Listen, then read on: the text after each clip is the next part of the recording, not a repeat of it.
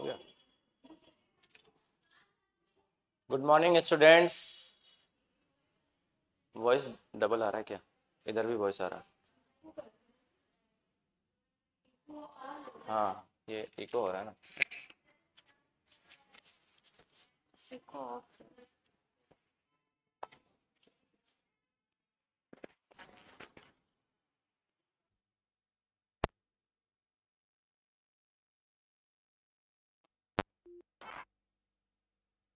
Hello, good morning students.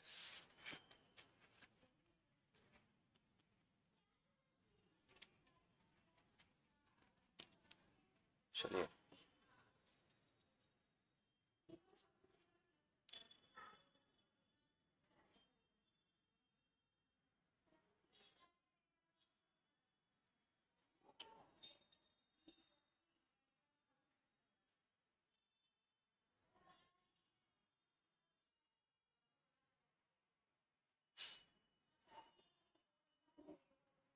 आवाज आ रही है? हेलो, आवाज आ रही है? Good morning students. आज हम लोग लास्ट क्लास में जो भी पढ़े थे, बायोलॉजिकल क्लासिफ sexual reproduction in flowering plant का लेक्चर नंबर 4 है। और लास्ट क्लास में हम एक डीपीपी प्रोवाइड किए थे आप लोग को। ग्रुप में एक डीपीपी गया था, sexual reproduction in flowering plant का डीपीपी नंबर 1। ठीक है, तो अभी हम लोग पहले डीपीपी को डिस्कस करेंगे।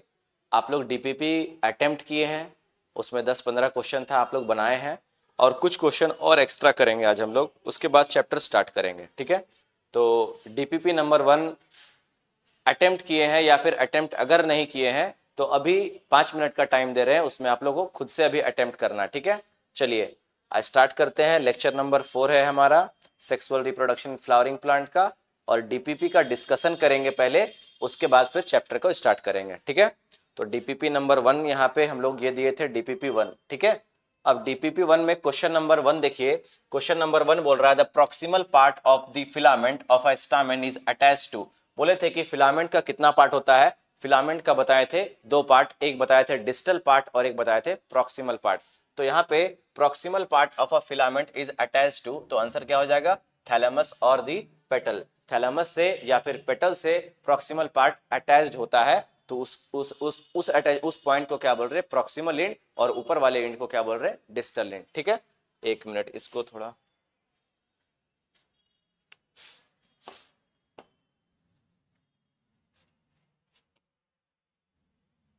चलिए यहाँ पे क्या बोले? The proximal part of filament of a stamen is attached to. तो प्रॉक्सिमल पार्ट क्या होता है? फिलामेंट का बताए थे ये एक पार्ट, और ये नीचे वाला पार्ट। नीचे वाले को क्या बोले थे? प्रॉक्सिमल एंड, और ऊपर वाले को बोले थे डिस्टल एंड, है ना। तो क्वेश्चन में क्या पूछा गया कि ये जो प्रॉक्सिमल पार्ट है वो किससे अटैच्ड है? तो प्रॉक्सिमल पार्ट किससे अटैच्ड है? प्रॉक्सिमल पार्ट थैलेमस से अटैच्ड है या फिर पेटल से अटैच्ड है। सेकंड नंबर क्वेश्चन है हमारे पास। सेकंड क्वेश्चन बोल रहा है आइडेंटिफाई ए टू डी। अब इस डायग्राम में आपको ए से लेकर के डी को आइडेंटिफिकेशन करना है। तो ए नंबर में क्या हो जाएगा? ए नंबर स्ट्रक्चर क्या है? ए तो एंथर है, उसके बाद ए एंथर हो गया। बी नंबर में अगर बात करें तो बी क्या है? बी फिलामेंट है। बी क्या है? फिलामेंट है। सी नंबर बात करें तो सी क्या हो जाएगा? सी हो जाएगा मैक्रो, सी हो जाएगा पोलन सैक, और डी नंबर हो जाएगा पोलन ग्रेन्स। तो आंसर क्या हो जाएगा इसका? Answer number 4। सबका आया था ये आंसर। क्वेश्चन नंबर 2 का ऑप्शन क्या होगा? आंसर नंबर 4 होगा। ठीक है, आगे बात करें। क्वेश्चन नंबर 3 में बोल रहा है कि which of the following is a part of sporophyte. ये हमारा फर्स्ट क्लास से ये क्वेश्चन चल रहा है कि कौन सा पार्ट स्पोरोफाइट है और कौन सा पार्ट गेमेटोफाइट है। एक प्लांट बनाए थे और उस प्लांट में आइडेंटिफिकेशन कर रहे थे स्पोरोफाइट का और गेमेटोफाइट का। फर्स्ट डे में ये किए थे ना कि एक प्लांट बनाए, बोले कि इस प्लांट में लीफ कैसा है, रूट कैसा है, सूट कैसा है, स्टेम कैसा है, फ्लावर कैसा है। तो हम लोग क्या बोले थे कि इसमें सारा पार्ट डिप्लॉयड है, मतलब ये सारा पार्ट स्पोरोफिटिक जनरेशन है। तो यहाँ पे क्वेश्चन उसी से रिलेटेड है कि which of the following is a part of sporophyte, कि लीफ ऑफ अ एंजियोस्पर्म, कि लीफ कैसा होता है? लीफ यहाँ पे डिप्लॉयड है, मतलब लीफ भी कैसा है? Leaf is also a sporophytic generation. फिर बोले रूट ऑफ अ एंजियोस्पर्म, कि एंजियोस्पर्म में रूट कैसा है? तो रूट भी इज अ स्पोरोफिटिक जनरेशन। उसके बाद बोले स्टेम ऑफ अ एंजियोस्पर्म, तो स्टेम भी कैसा होता है? स्टेम भी डिप्लॉयड होता है, मतलब बोल सकते हैं ये भी एक स्पोरोफाइट जनरेशन है। मतलब इसका आंसर क्या हो जाएगा? Answer all of the above हो जाएगा। क्वेश्चन नंबर 4 नंबर में बोल रहा है mark the incorrect pair. Incorrect pair में बोला एंजियोस्पर्म इज डिप्लॉयड प्लांट, ठीक है, तो ये तो सही बात है कि एंजियोस्पर्म एक डिप्लॉयड प्लांट होता है। फिर बोले gymnosperm is a diploid plant, तो जिम्नोस्पर्म भी डिप्लॉयड प्लांट है। Bryophyte is a haploid plant, और उसके बाद बोल रहा है algae is a diploid plant. तो यहीं पे एल्गी के बारे में बोल दिया है कि algae is a diploid plant, but algae कैसा होता है, algae is a haploid plant, haploid plant, क्योंकि एल्गी का जो प्लांट में मेन प्लांट बॉडी होता है वो गैमेटोफाइट होता है, और गैमेटोफाइट का नेचर कैसा है, gametophyte is haploid in nature. तो इसीलिए बोल सकते हैं कि एल्गी कैसा होता है, एल्गी इज हैप्लॉयड। और ऑप्शन में क्या लिखा हुआ है, इनकरेक्ट फाइंड करना है, तो ऑप्शन नंबर 4 ही यहाँ पे गलत है कि algae is a diploid plant लिखा हुआ है। लेकिन एल्गी होता कैसा है, एल्गी गैमेटोफाइट होता है, मतलब algae is haploid in nature. ठीक है, यहां तक आगे बात करते हैं। क्वेश्चन नंबर 5, क्वेश्चन नंबर 5 में देखिए क्या लिखा हुआ है, the whorl of stamen is, whorl of stamen में बोल रहा है कि स्टामेन के वर्ल को क्या बोलते हैं। जैसे कि हम लोग बोले थे एंड्रोशियम, एंड्रोशियम में क्या बोले थे, it is whorl of stamen, मतलब ग्रुप ऑफ स्टामेन को क्या बोलते हैं हम लोग, एंड्रोशियम। ग्रुप ऑफ कार्पेल को क्या बोलते हैं, गाइनोशियम। कैलेक्स किसको बोलते हैं, ग्रुप ऑफ सेपल को बोलते हैं कैलेक्स। कोरोला किसको बोलते हैं, ग्रुप ऑफ पेटल को बोलते हैं कोरोला। ठीक है, तो यहाँ पे क्वेश्चन पूछ रहा है वर्ल ऑफ स्टामेनी, तो आंसर क्या हो जाएगा, ऑप्शन नंबर 1 हो जाएगा। ठीक है, ये सब आप लोग अटेम्प्ट किए हैं ना।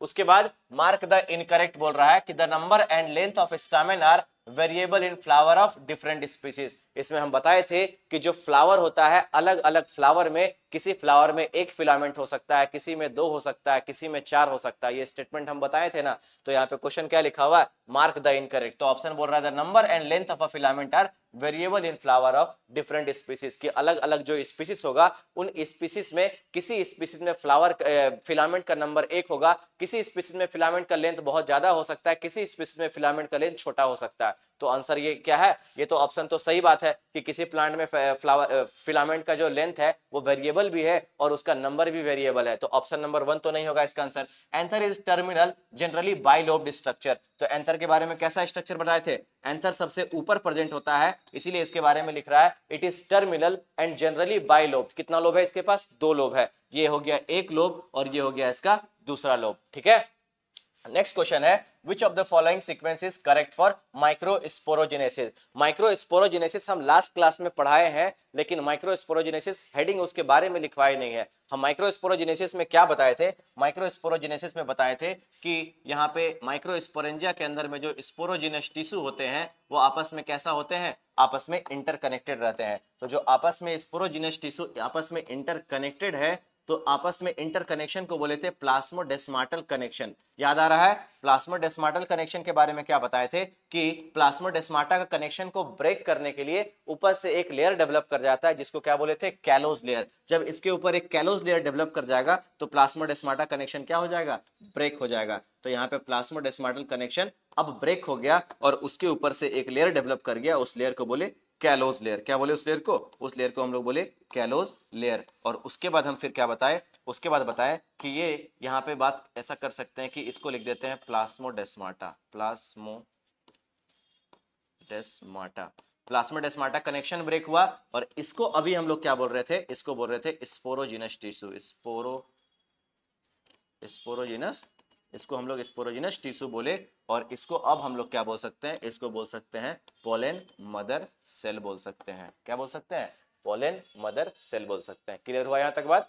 तो हम लास्ट क्लास में क्या बताए थे कि यही सीक्वेंस हमको जानना है कि इस पोलन मदर सेल में क्या हुआ था, हर एक पोलन मदर सेल में मियोसिस डिवीजन हुआ था। हम बताए थे कि हर पोलन मदर सेल में कौन सा डिवीजन हुआ, मियोसिस डिवीजन हुआ। और पोलन मदर सेल में जब मियोसिस डिवीजन होता है तो इसके अंदर कितना सेल बना था, इसके अंदर 4 सेल बना था जिसको हम लोग बोले थे स्पोर टेट्राड। क्या बोले थे, स्पोर टेट्राड। इस तरह से 4 सेल बना था। ये हम कब, ये लास्ट क्लास का बता रहे हैं, लास्ट क्लास में ये सब हम पढ़ा चुके हैं। ठीक है, तो हम बोले कि ये जो कैलोज लेयर है और अंदर में 4 माइक्रोस्पोर का फॉर्मेशन हो गया। कितना माइक्रोस्पोर, 4 माइक्रोस्पोर का फॉर्मेशन हो गया है। और इस स्ट्रक्चर को बोले स्पोर टेट्राड, स्पोर टेट्राड बोले। अब स्पोर टेट्राड में क्या होगा कि यहाँ पे जो 4 माइक्रोस्पोर बना है, अब इस 4 माइक्रोस्पोर को हमें बाहर निकालना है और बाहर निकालने के बाद हर माइक्रोस्पोर से पोलन ग्रेन का फॉर्मेशन होगा। ठीक है, तो क्या बोले थे, यहाँ पे एक एंजाइम आएगा कैलेज एंजाइम।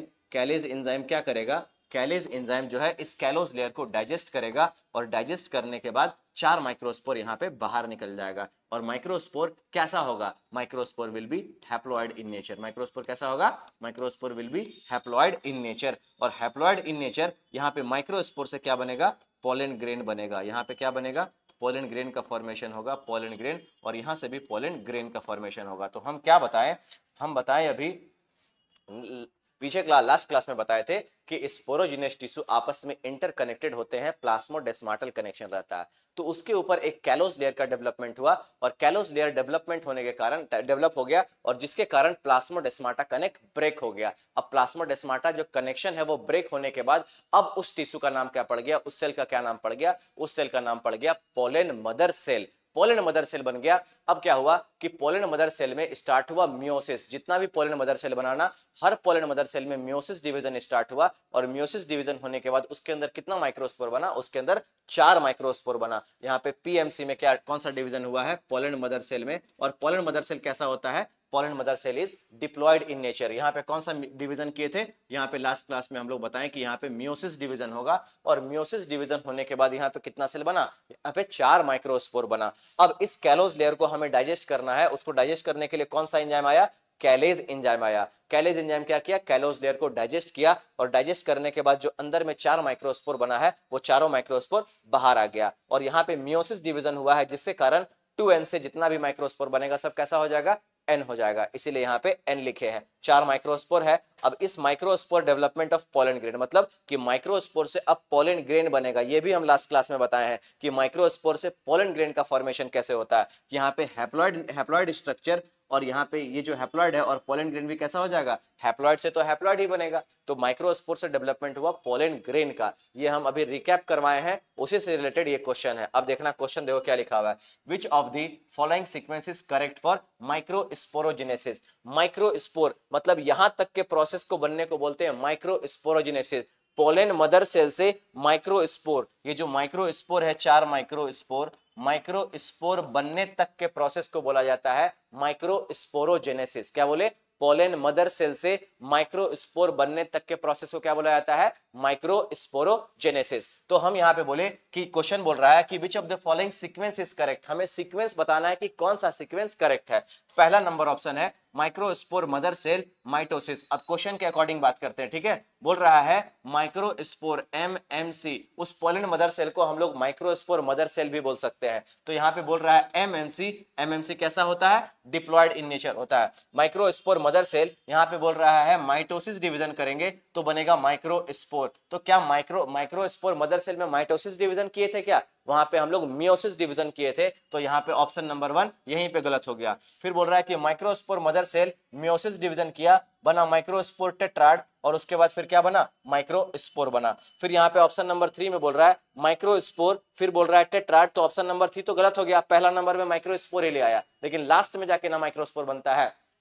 पोलन मदर सेल से या फिर माइक्रोस्पोर मदर सेल से किस चीज का फॉर्मेशन होता है? माइक्रोस्पोर का फॉर्मेशन होता है। क्वेश्चन बोल रहा है कि माइक्रोस्पोर पहले बन गया, फिर बनेगा टेट्राड, फिर बनेगा माइटोसिस होगा, फिर जाके माइक्रोस्पोर बनेगा। तो ऑप्शन तो 3 नंबर गलत हो गया। फिर ऑप्शन 4 में बोल रहा है माइक्रोस्पोर मदर सेल 2n, यहाँ पे देखो यहाँ क्या लिख दिया? Mitosis division. लेकिन माइक्रोस्पोर मदर सेल में हमेशा कौन सा डिवीजन होगा? Meiosis division. तो इसके अकॉर्डिंग आंसर कौन सा क्वेश्चन सही हो, ऑप्शन कौन सा सही हो जाएगा? माइक्रोस्पोर मदर सेल में मियोसिस डिवीजन हुआ, फिर फॉर्मेशन हुआ माइक्रोस्पोर टेट्राड का और उसके बाद माइक्रोस्पोर बन गया। माइक्रोस्पोर टेट्राड मतलब वही स्पोर टेट्राड, 4 स्पोर है ना माइक्रोस्पोर उसके अंदर में, तो स्पोर टेट्राड बोलो या फिर माइक्रोस्पोर टेट्राड बोलो, दोनों बात एक ही है। तो वहां से क्या हुआ कि माइक्रोस्पोर मदर सेल में मियोसिस डिवीजन हुआ और फिर माइक्रोस्पोर टेट्राड बना और उसके बाद जाके कैलोज लेयर डाइजेस्ट हुआ, फिर 4 माइक्रोस्पोर बाहर निकल गया। तो माइक्रोस्पोर n यहाँ पे लिखा हुआ है। क्लियर हुआ ये क्वेश्चन।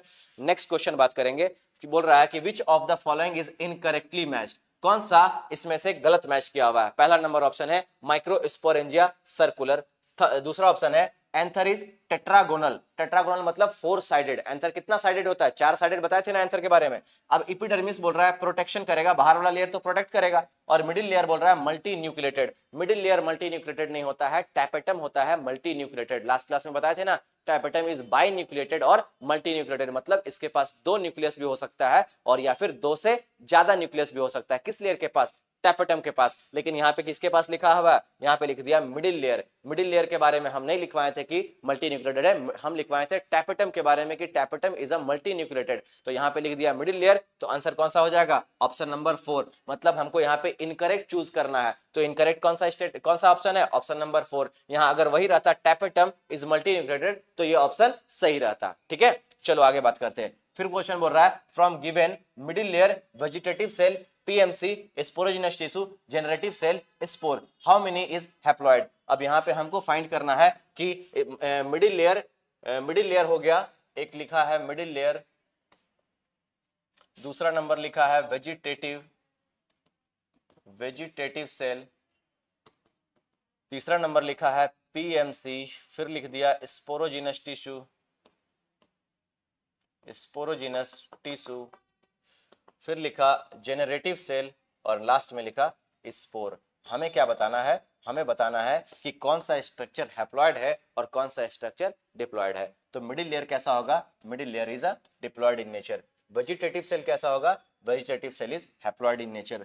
पोलन मदर सेल कैसा होगा, pollen mother cell is diploid in nature. Sporogenous tissue भी कैसा होगा, diploid in nature. Generative cell कैसा होगा, generative cell is haploid in nature. और स्पोर भी कैसा होगा, spore is haploid in nature. ठीक है, तो यहाँ से बोल रहा है कि हाउ मेनी इज हैप्लॉइड, इसमें से हैप्लॉइड कितना है, 1 2 3, तो यहाँ पे आंसर क्या हो जाएगा, ऑप्शन नंबर 2।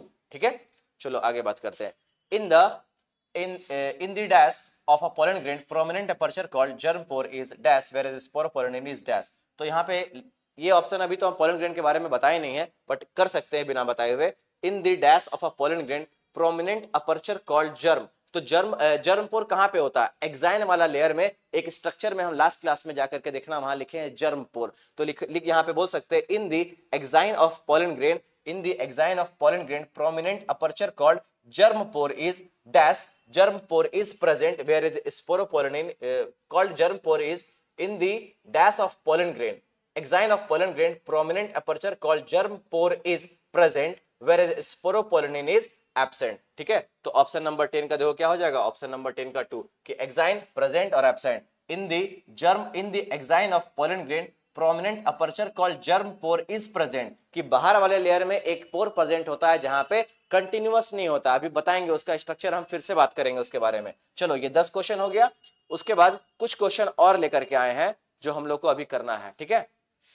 अब देखिए यहाँ पे क्वेश्चन नंबर फर्स्ट बोल रहा है among the terms listed below those that are not technically correct for floral whorl। हम बताए थे कि फ्लावर में 4 फ्लोरल वर्ल होते हैं, calyx, corolla, androecium and gynoecium. यही 4 वर्ल पाए जाते हैं और 4 वर्ल के बारे में ये बताए थे लास्ट क्लास में, हम फर्स्ट क्लास से ही वैसे बता रहे हैं। बोले कि कैलेक्स, कोरोला, एंड्रोशियम एंड गाइनेक्स। कैलेक्स क्या है, ग्रुप ऑफ सेपल। कोरोला क्या है, ग्रुप ऑफ पेटल। एंड्रोशियम क्या है, group of stamen. And gynoecium क्या है, ग्रुप ऑफ पिस्टिल या फिर कार्पेल। ठीक है, तो अब क्वेश्चन बोल रहा है among the following term listed below those that are not technically correct for floral whorl। कौन सा पॉइंट यहाँ पे ऑप्शन गलत है जो टेक्निकली सही नहीं है फ्लोरल वर्ल के बारे में। तो पहला नंबर लिखा यहाँ पे एंड्रोशियम, तो एंड्रोशियम तो एक वर्ल है ही। सेकंड नंबर लिखा कार्पेल, तीसरा नंबर लिखा कोरोला और फोर्थ नंबर में लिखा सेपल। तो यहाँ पे हमको चूज करना है कि ऑप्शन 1 एंड 2 होगा कि ऑप्शन 3 या 4 होगा, ऑप्शन 2 या 4 होगा या फिर ऑप्शन 1 या 2 होगा। तो यहाँ पे 4 में से देख लेना कि कौन सा एब्सेंट है। हम बोले 4 फ्लोरल वर्ल होता है, एक होता है कैलेक्स, कोरोला, एंड्रोशियम, गाइनोशियम। क्या बोले, calyx, corolla, androecium and gynoecium. तो यहाँ पे तो 2 ही वर्ल प्रेजेंट है, एक नाम लिखा एंड्रोशियम और दूसरा नाम लिखा गाइनोशियम। हमें क्या फाइंड करना है, listed below those that are not technically correct. वैसा हमको चूज करना है जो फ्लोरल वर्ल नहीं है, टेक्निकली सही नहीं है। तो टेक्निकली सही कौन सा नहीं है, कार्पेल यहाँ लिख दिया और सेपल लिख दिया। इसके जगह में लिखना क्या चाहिए था, कैलेक्स एंड कोरोला लिखना चाहिए था, लेकिन लिखा है carpel and sepal. Carpel and sepal को फ्लोरल वर्ल नहीं बोल रहे हैं हम, फ्लोरल वर्ल किसको बोल रहे हैं, calyx, corolla, androecium and gynoecium. तो यहाँ पे option number 2 and option number 4 हो जाएगा। तो ये किसमें है, ऑप्शन 2 एंड 4। तो ऑप्शन नंबर इसका क्या हो जाएगा, आंसर 3 हो जाएगा। ठीक है, चलो अब आगे बात करते हैं। Consider the given 2 statement. अब 2 स्टेटमेंट हमें एक एक करके रीड करते हैं। स्टेटमेंट नंबर 1 बोल रहा है a typical angiosperm anther is bilobe. तो एंथर एंजियोस्पर्म का एंथर कैसा होता है, लास्ट क्लास से बता रहे हैं, फर्स्ट क्लास में भी बताया कि एंथर का ये एक लोब हो गया और एंथर का ये दूसरा लोब हो गया। क्या लिखा है, a typical angiosperm anther is bilobe with each lobe having two theca that is there dithecous. हम बोले कि जब इसको ट्रांसवर्सली डाइसेक्ट करते हैं तो इसका स्ट्रक्चर कुछ ऐसा बनता है। तो हम बोल सकते हैं कि इधर एक लोब हो गया और इधर दूसरा लोब हो गया, और हर लोब में कितना थीका प्रेजेंट है, एक थीका, दो थीका, और इधर एक थीका और इधर दो थीका। तो एक लोब में दो थीका है और इधर वाले लोब में दो थीका है। तो ऑप्शन स्टेटमेंट क्या बोल रहा है, a typical angiosperm anther is bilobe with each lobe having two theca, मतलब हर लोब में कितना चेंबर है, दो चेंबर है, थीका मींस चेंबर, कि each lobe having two theca, तो एक थीका दूसरा थीका। तो ये स्टेटमेंट क्या है, ये स्टेटमेंट राइट है। सेकंड स्टेटमेंट पढ़ लेते हैं। स्टेटमेंट बोल रहा है the anther is a four sided, anther के पास कितना साइडेड है, एक साइड, दो साइड, तीन साइड, चार साइड। एंथर कितना साइडेड है, four sided. Anther is four sided that is tetragonal, और फोर साइडेड को क्या बोलते हैं, टेट्रागोनल बोलते हैं, ठीक है।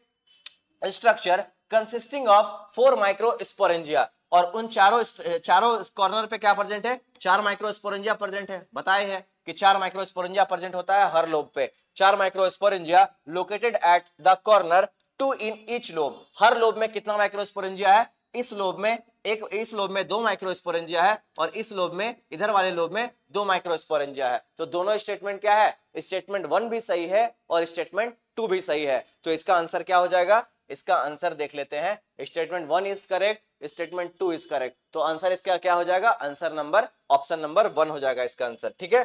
क्वेश्चन नंबर 3 देख लेते हैं। Which of the following would not be true regarding the structure of a typical anther in angiosperm. अब हमको फॉल्स फाइंड करना है कि ऐसा कौन सा, इसमें क्या मिस्टेक है ऑप्शन में रिगार्डिंग एंथर, वो हम फाइंड करते हैं। ऑप्शन नंबर 1 लिख रहा है कि लोब यहाँ पे दो है। किसके बारे में बात चल रहा है, एंथर के बारे में बात चल रहा है। एंथर के पास कितना लोब होता है, दो लोब होता है। अभी जस्ट बताया, इधर एक लोब, इधर एक लोब, तो एंथर के पास दो लोब होता है। तो ऑप्शन 1 क्या है, ऑप्शन 1 यहाँ पे सही हो गया। फिर बोले फोर साइडेड, एंथर के पास कितना साइडेड होता है, एक साइड, दो साइड, तीन साइड, चार साइड, तो ये भी स्टेटमेंट सही है, ये भी ऑप्शन सही है, ऑप्शन 2 नंबर भी सही है। फिर बोला माइक्रोस्पोरेंजिया, और यहाँ पे ये क्या है, चार माइक्रोस्पोरेंजिया प्रेजेंट है, एक, दो, तीन और चार, तो चार माइक्रोस्पोरेंजिया यहाँ पे प्रेजेंट है, तो ऑप्शन नंबर 3 भी सही है। अब यहाँ पे ऑप्शन नंबर 4 में बोल रहा है theca in each lobe is 1, मतलब कि एक लोब में, जैसे अगर बनाते हैं एंथर का स्ट्रक्चर, तो बोल रहा है कि थीका इन ईच लोब, इधर को बोलो एक लोब, इधर वाले को बोलो लोब 1, और इधर वाले को बोलो लोब 2, ठीक है। अब यहाँ पे ऑप्शन क्या बोल रहा है, स्टेटमेंट क्या बोल रहा है कि theca in each lobe is 1, कि एक लोब में, इधर वाले एक लोब में सिर्फ एक थीका है।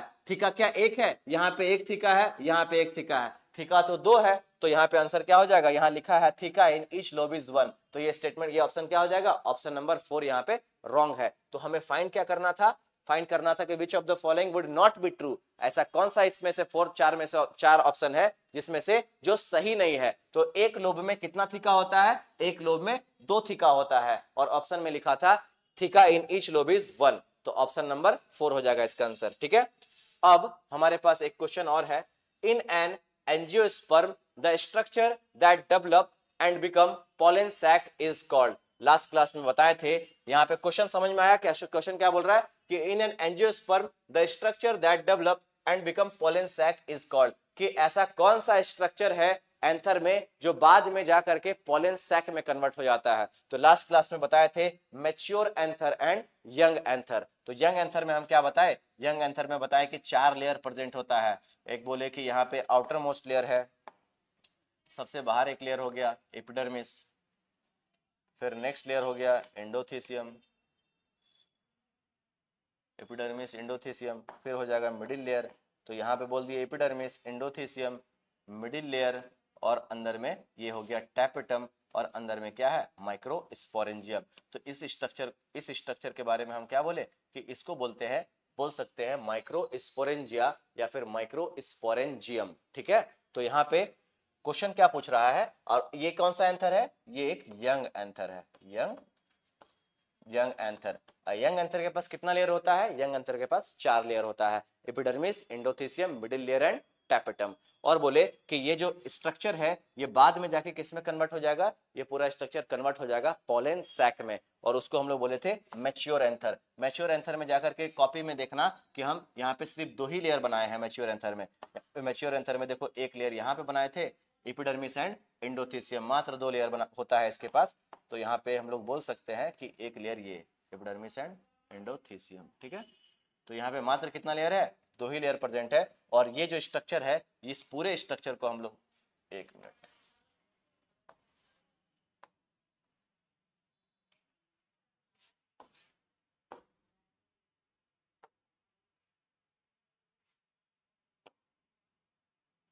इस पूरे स्ट्रक्चर को हम लोग क्या बोल सकते हैं, इस पूरे स्ट्रक्चर को बोल सकते हैं पोलन सैक। क्या बोल सकते हैं, पोलन सैक बोल सकते हैं। और पोलन सैक के अंदर में क्या प्रेजेंट होता है, पोलन ग्रेन्स प्रेजेंट होता है। तो क्लियर हुआ बात। अभी हम क्या बोले, हम यहाँ पे बोले कि एक यंग एंथर के पास 4 लेयर प्रेजेंट होता है, और यंग एंथर के पास जो 4 लेयर प्रेजेंट है epidermis, endothecium, middle layer and tapetum. और यहाँ पे इस पूरे स्ट्रक्चर को हम लोग बोल सकते हैं माइक्रोस्पोरेंजिया या फिर माइक्रोस्पोरेंजियम। और माइक्रोस्पोरेंजियम के अंदर में क्या प्रेजेंट होता है, स्पोरोजिनस टिश्यू प्रेजेंट होता है। लेकिन पोलन सैक के अंदर में क्या प्रेजेंट होता है, पोलन सैक के अंदर में पोलन ग्रेन्स प्रेजेंट होता है। क्लियर हुआ यहाँ तक बात। ये कौन सा एंथर है, ये एक मैच्योर एंथर है। ये सब हम लास्ट क्लास में बता चुके हैं। मैच्योर एंथर, मैच्योर एंथर के अंदर क्या प्रेजेंट होता है, पोलन ग्रेन्स प्रेजेंट होता है। किसके अंदर, पोलन सैक के अंदर। तो क्वेश्चन क्या बोल रहा है, सो पढ़ते हैं।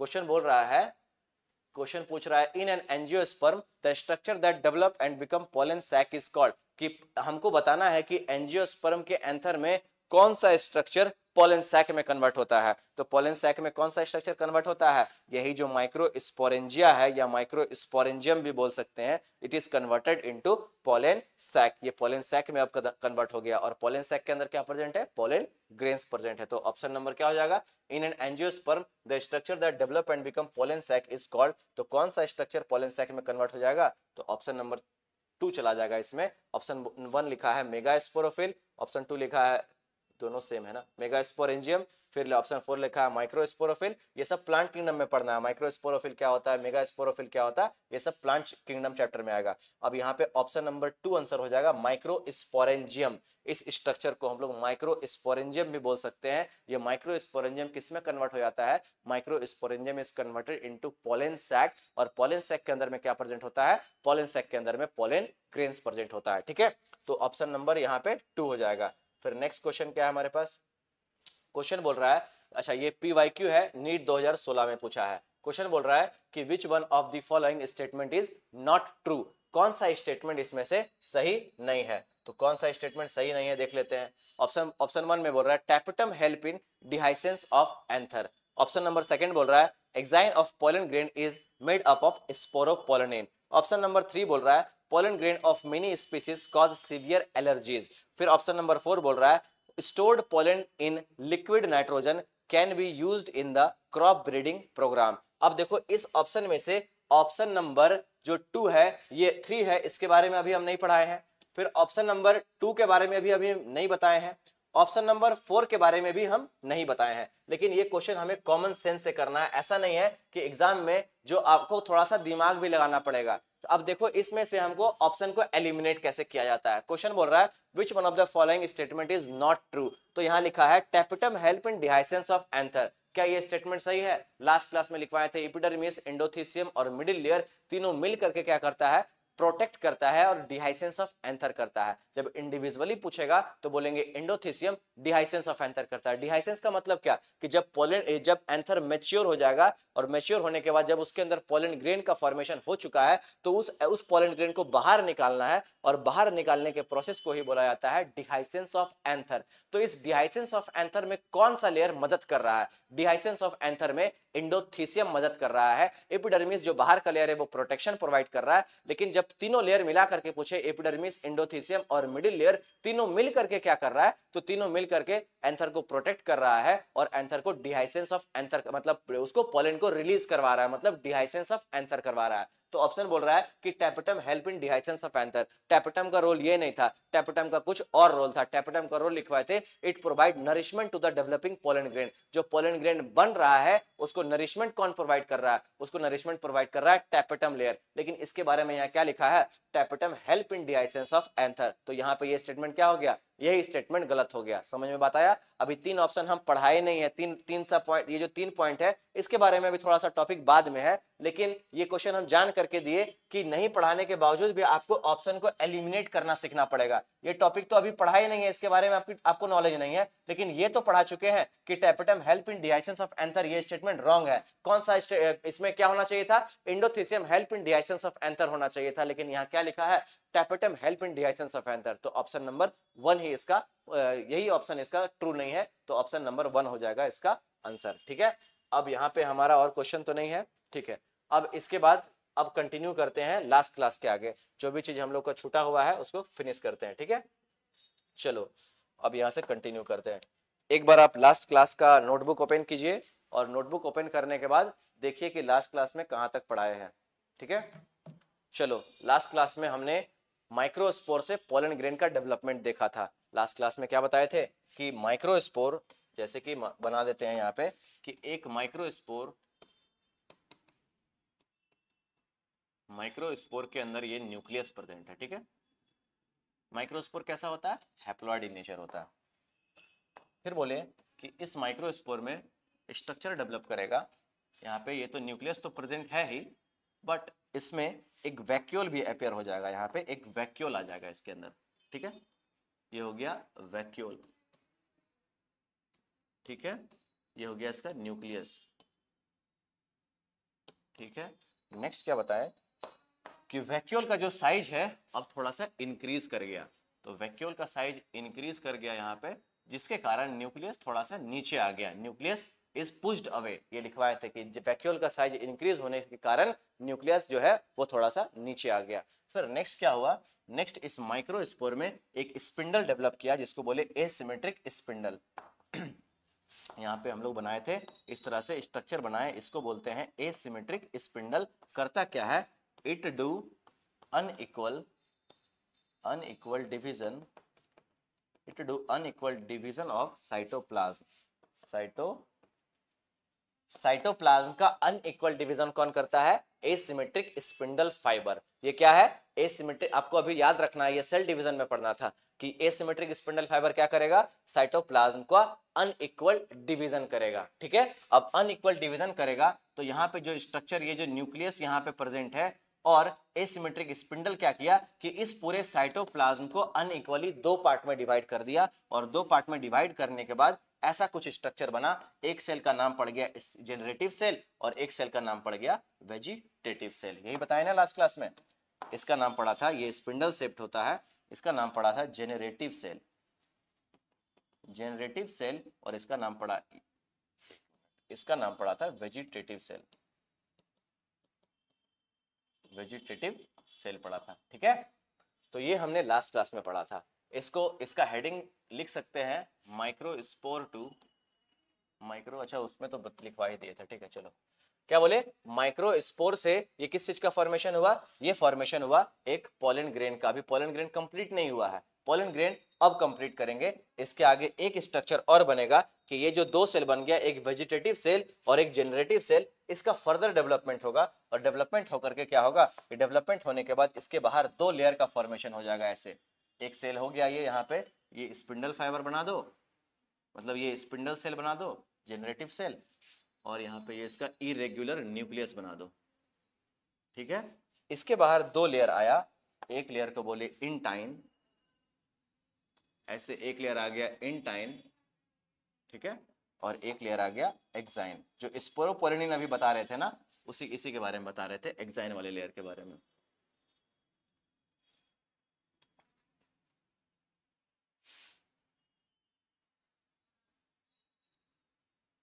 चलिए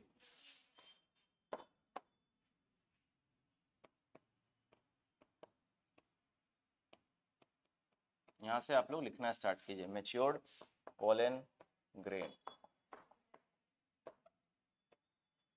मैच्योर्ड पोलन ग्रेन। ठीक है, अब मैच्योर्ड पॉलन ग्रेन में इस लेयर का नाम क्या है? इसका नाम है एक्साइन। इसका नाम क्या है? एक्साइन। इसका नाम है इंटाइन। और जहां पे देखो जिस पॉइंट पे इंटाइन एक्साइन एब्सेंट है, ये जो बाहर वाला लेयर है जहां पे एब्सेंट है, यहाँ पे देखो एब्सेंट है, तो इसी को बोला जाता है जर्म पोर। क्या बोला जाता है इसको? जर्म पोर बोला जाता है। ठीक है, याद रखना है कि जर्म पोर कहाँ पे एब्सेंट है, एक्साइन कंटिन्यूअस नहीं है, एक पॉइंट पे एक्साइन थोड़ा सा यहाँ पे डिसकंटिन्यू हो चुका है, तो इसी गैप को बोला जाता है जर्म पोर बोला जाता है। ठीक है, उसके बाद इस सेल का नाम क्या है? इस सेल का नाम है जेनरेटिव सेल। जेनरेटिव सेल, और ये इसका न्यूक्लियस है। न्यूक्लियस। इस सेल का नाम क्या है? Vegetative cell. वेजिटेटिव सेल नाम है इसका। ठीक है, चलिए ये हो गया पॉलन ग्रेन। इसके बाद एक नोट लिखवाएंगे, वो इंपॉर्टेंट नोट है, और ये न्यूक्लियस है, irregular nucleus.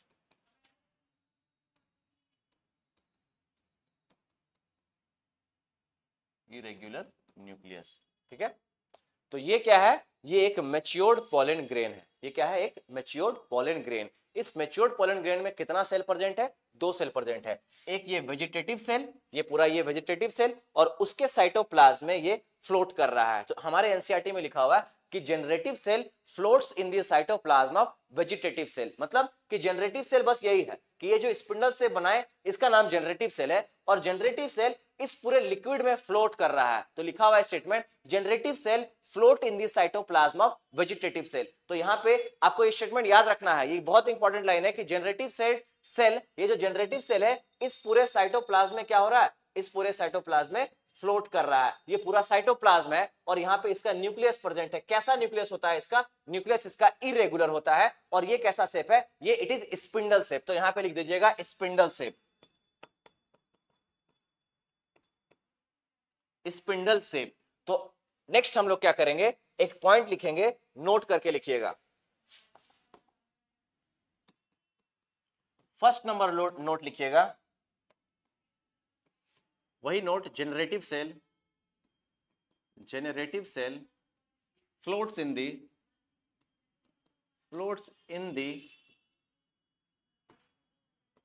Cytoplasm of vegetative cell.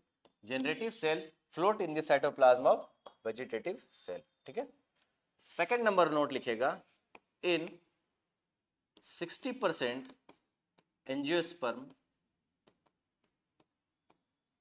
60% angiosperm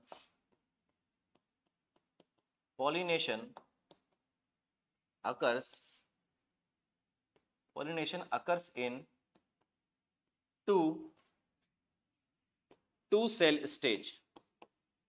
अभी बता रहे हैं इसका मतलब, उसके बाद लिख सकते हैं इन 40% angiosperm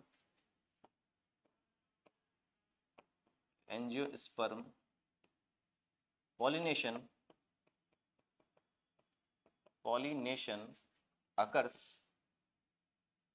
occurs in 3-celled stage। चलिए ये स्टेटमेंट अभी आप लोग लिखिए, उसके बाद हम लोग इसके बारे में समझ लेंगे। पहले देखो यहाँ पे हम 3 स्टेटमेंट लिखे हैं, और तीनों बहुत इंपॉर्टेंट स्टेटमेंट है।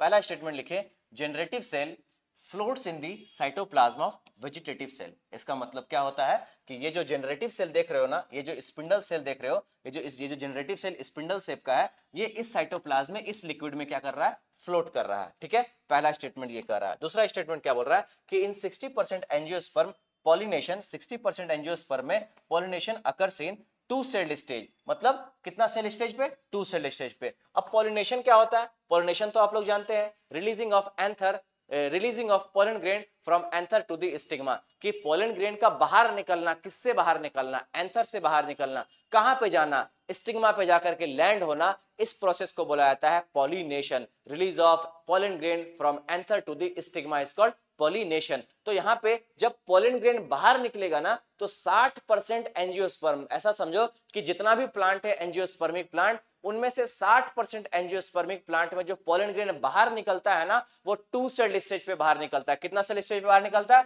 2 सेल। और वो 2 सेल्ड स्टेज है क्या? एक हो गया वेजिटेटिव सेल, एक सेल हो गया वेजिटेटिव सेल और दूसरा सेल हो गया जनरेटिव सेल। तो 60% एंजियोस्पर्म में जो पोलन ग्रेन बाहर निकला प्लांट से वो कितना सेल पे निकला? वो 2 सेल स्टेज पे बाहर निकला। एक वेजिटेटिव सेल उसके अंदर में रहता है और एक जनरेटिव सेल प्रेजेंट होता है। लेकिन जो 40% एंजियोस्पर्म है उसमें जो पोलन ग्रेन बाहर निकलता है वो 3 सेल स्टेज पे बाहर निकलता है। और 3 सेल स्टेज क्या है कि देखो 3 सेल स्टेज फिर से बना देते हैं, यहाँ पे नेक्स्ट लिख दीजिएगा, यहाँ पे एक पॉइंट बना देते हैं 3 सेल्ड स्टेज। यहाँ पे बनाते हैं 3 सेल्ड स्टेज कि पोलन ग्रेन 3 सेल्ड स्टेज कैसा दिखता है। तो एक लेयर ये हो गया, एक लेयर इंटाइन, एक लेयर एक्साइन, यहाँ पे जर्मपोर,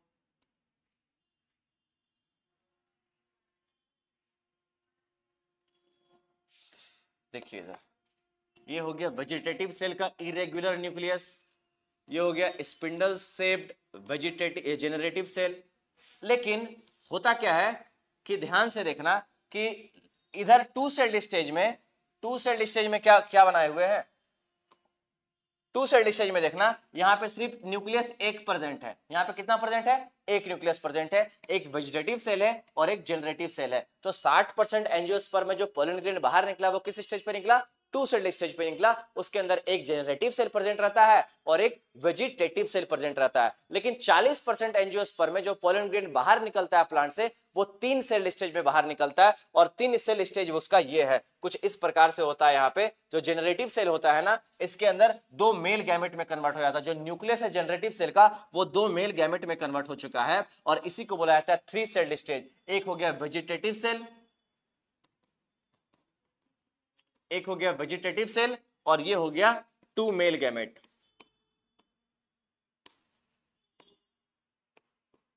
तो इसी को बोला जाता है 3 celled stage. Pollen grain in 3 celled stage, लिखिएगा पोलन ग्रेन इन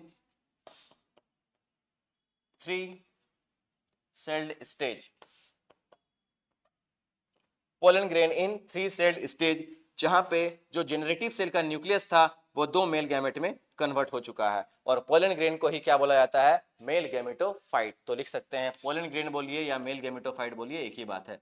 पोलन ग्रेन या मेल गैमेटोफाइट, मेल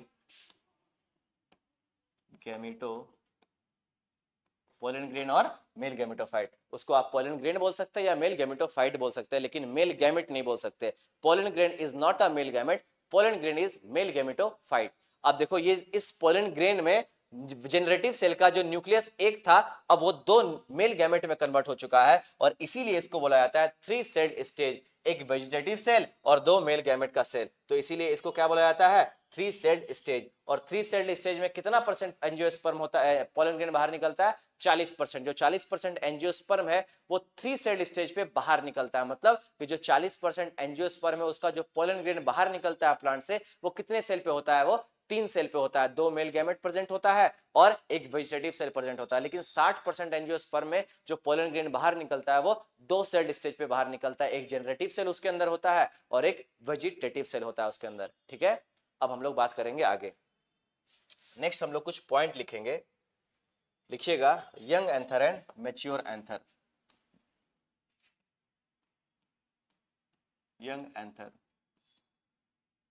और इधर लिखिए मैच्योर एंथर। यंग एंथर में लिख सकते हैं first number point, all four layer epidermis, endothecium, middle epidermis, endothecium, middle layer and tapetum present.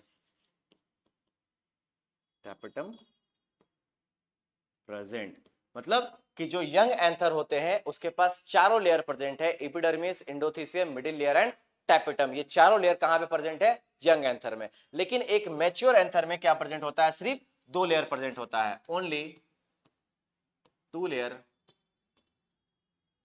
Only 2 layer, epidermis, epidermis, epidermis and endothecium,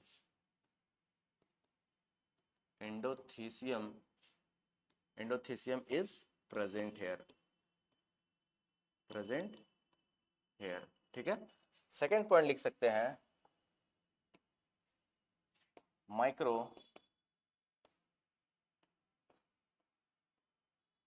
microsporangia is present, present here. यहाँ पे क्या होता है, microsporangia होता है, और वही माइक्रोस्पोरेंजिया यहाँ पे किस में कन्वर्ट हो गया था, पॉलन सैक में। तो यहाँ लिखिएगा pollen sac is present here, pollen sac is present here, present here. ठीक है, थर्ड पॉइंट लिख सकते हैं, sporogenous tissue, sporogenous tissue is present, sporogenous tissue is present inside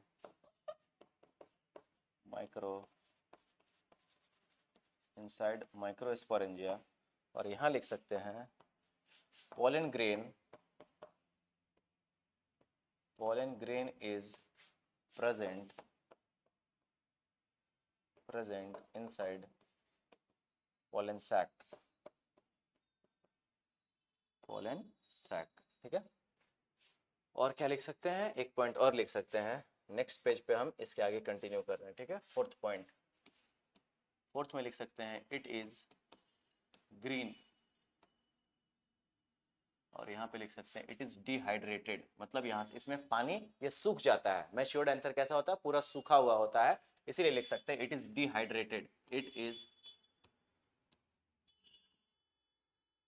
dehydrated, मतलब इसमें पानी नहीं है, ये पूरा सूख चुका है। लेकिन यंग एंथर कैसा होता है, यंग एंथर ग्रीन होता है। ठीक है, चलिए अब इसके आगे, अभी यहाँ पे एक एक पॉइंट देखो क्या क्या बात किए। फर्स्ट नंबर बात किए हम लोग यहाँ पे, फर्स्ट नंबर बोले कि यंग एंथर के पास चारों लेयर प्रेजेंट है, जैसे epidermis, endothecium, middle layer and tapetum. ये चारों लेयर कहाँ प्रेजेंट है, यंग एंथर में। फिर बोले मैच्योर एंथर में सिर्फ कितना लेयर प्रेजेंट होता है, 2 ही layer, epidermis and endothecium present है। फिर बोले कि यहाँ पे जो माइक्रोस्पोरेंजिया प्रेजेंट है, लेकिन वही microsporangia mature pollen grain, mature anther में किस में कन्वर्ट हो जाता है, पोलन सैक में कन्वर्ट हो जाता है। फिर बोले sporogenous tissue present inside microsporangia, microsporangia के अंदर में क्या प्रेजेंट है, स्पोरोजिनस टिश्यू प्रेजेंट है, लेकिन पोलन सैक के अंदर में क्या प्रेजेंट है, पोलन ग्रेन्स प्रेजेंट है। उसके बाद फिर नेक्स्ट क्या बताएं, नेक्स्ट बताएं कि ये जो यंग एंथर है वो कैसा होता है, ग्रीन, और मैच्योर्ड एंथर कैसा होता है, डिहाइड्रेटेड, मतलब कि इसमें पानी नहीं है, ये पूरा सूख चुका है, वो पूरा हरा नहीं दिखता है, बहुत ज्यादा ड्राई दिखता है, तो इसीलिए लिखिए इट इज डिहाइड्रेटेड। ओके, चलिए अब एक और लिख सकते हैं, वेजिटेटिव सेल और जनरेटिव सेल के बारे में डिफरेंस लिख सकते हैं। ठीक है,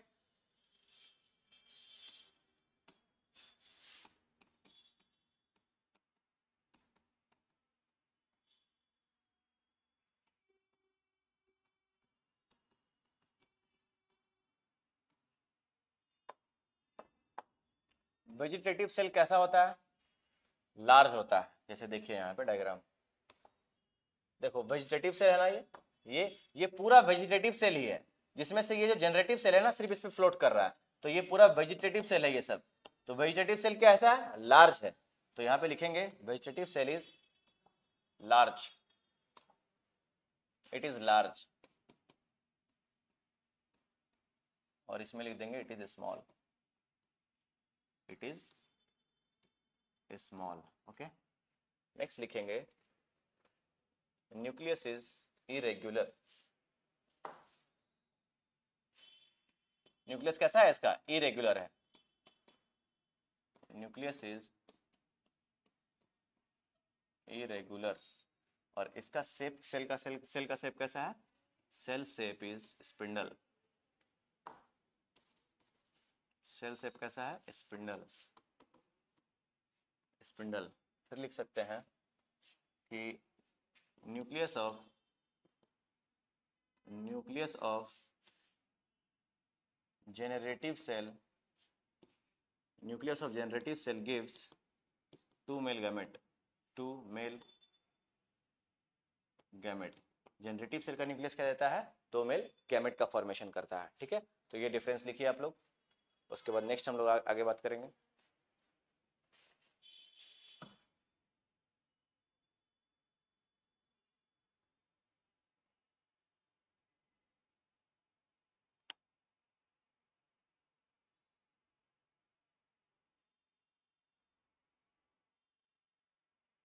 चलिए लिख लिए। अब नेक्स्ट बात करते हैं। देखो यहाँ तक क्या बात की हम लोग, ये सब क्लियर है। यंग एंथर, मैच्योर एंथर बात हो गया। फिर बात की वेजिटेटिव सेल, जनरेटिव सेल। एक और डिफरेंस लिख सकते हैं हम लोग, difference between exine and intine, है ना। एक डिफरेंस लिख लीजिए और एक्साइन और इंटाइन के बारे में। Exine and intine. चलिए टाइम हमारा हो चुका है, लेकिन इसके आगे हम लोग नेक्स्ट क्लास में करेंगे। एक्साइन और इंटाइन नेक्स्ट क्लास में लिखेंगे। ठीक है, आज हमने क्या क्या पढ़ाई किया, आज हम लोग बहुत सारा चीज पढ़े हैं और कुछ क्वेश्चन भी किए हैं। आज फिर से हम एक डीपीपी देंगे, घर पे जाइए उसको फिर से बनाइए। चलिए हम लोग बात किए थे, क्वेश्चन से शुरुआत किए थे, क्वेश्चन कुछ बना लिए हम लोग। फिर टॉपिक स्टार्ट हुआ हमारा यहाँ से, है ना, कि माइक्रोस्पोर से एक पोलन ग्रेन का डेवलपमेंट कैसे हुआ वो हम लोग देखे स्टेप वाइज।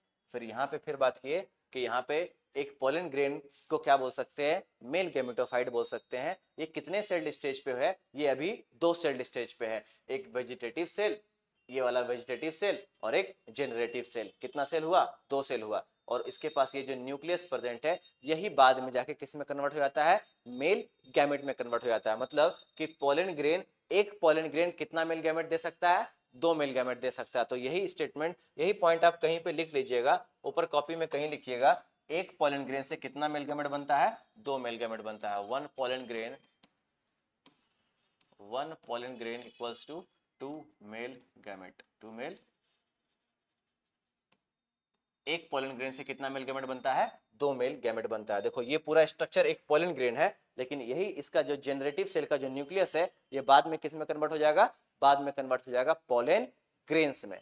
क्लियर यहाँ तक। चलो फिर आगे क्या बात किए, आगे बात किए, अच्छा इसके बारे में बात किए, जर्म पोर के बारे में। जर्म पोर के बारे में क्या बताएं कि एक्साइन वाला लेयर जहां पे एब्सेंट है, वहां पे जहां पे डिसकंटिन्यू हुआ, यहाँ पे देखो ब्रेक हो गया, और इसी गैप को बोला जाता है जर्म पोर। जर्म पोर से क्या होता है, ये जर्म पोर से ही पोलन ट्यूब का फॉर्मेशन होता है। जब एक पोलन ग्रेन स्टिग्मा पे लैंड करता है ना, तो वहां से पोलन ट्यूब बाहर निकलता है। पोलन ट्यूब कहां से बाहर निकलता है, पोलन ट्यूब इसी जर्म पोर से बाहर निकलता है। वो हम लोग नेक्स्ट क्लास में देखेंगे। ठीक है, कि पोलन ट्यूब कहां से बाहर निकलता है, ये याद रखना। पोलन ट्यूब कहां से बाहर निकलता है, पोलन ट्यूब जर्म पोर से बाहर निकलता है। क्लियर। चलो आगे बात करते हैं। फिर नेक्स्ट क्या हम लोग बात किए, ये सब लिखवाए दिए पॉइंट, कि 60% एंजियोस्पर्म में जो पोलन ग्रेन बाहर निकल सेड होता है, वो कितने सेड स्टेज पे सेड होता है, 2 सेल स्टेज पे। कि 60% एंजियोस्पर्म में जो पोलन ग्रेन बाहर निकला, वो 2 सेल रहता है, एक वेजिटेटिव सेल रहता है उसके अंदर, और एक जनरेटिव सेल रहता है। लेकिन जो 40% एंजियोस्पर्म है, उसके पास कितना सेल प्रेजेंट रहता है, 3 सेल प्रेजेंट रहता है, एक वेजिटेटिव सेल और 2 मेल गैमेट। याद रखना इस चीज को। ठीक है, चलो आगे क्या बात किए, आगे वही पोलन में माइक्रोस्पोर के बारे में बात किए थे। Young anther and mature anther का डिफरेंस आप लोग लिख लेना। फिर उसके बाद फिर लिखवा दिए वेजिटेटिव और इस जनरेटिव के बारे में डिफरेंस। वेजिटेटिव के बारे में एक पॉइंट और लिख सकते हैं, it has large food reserve. It has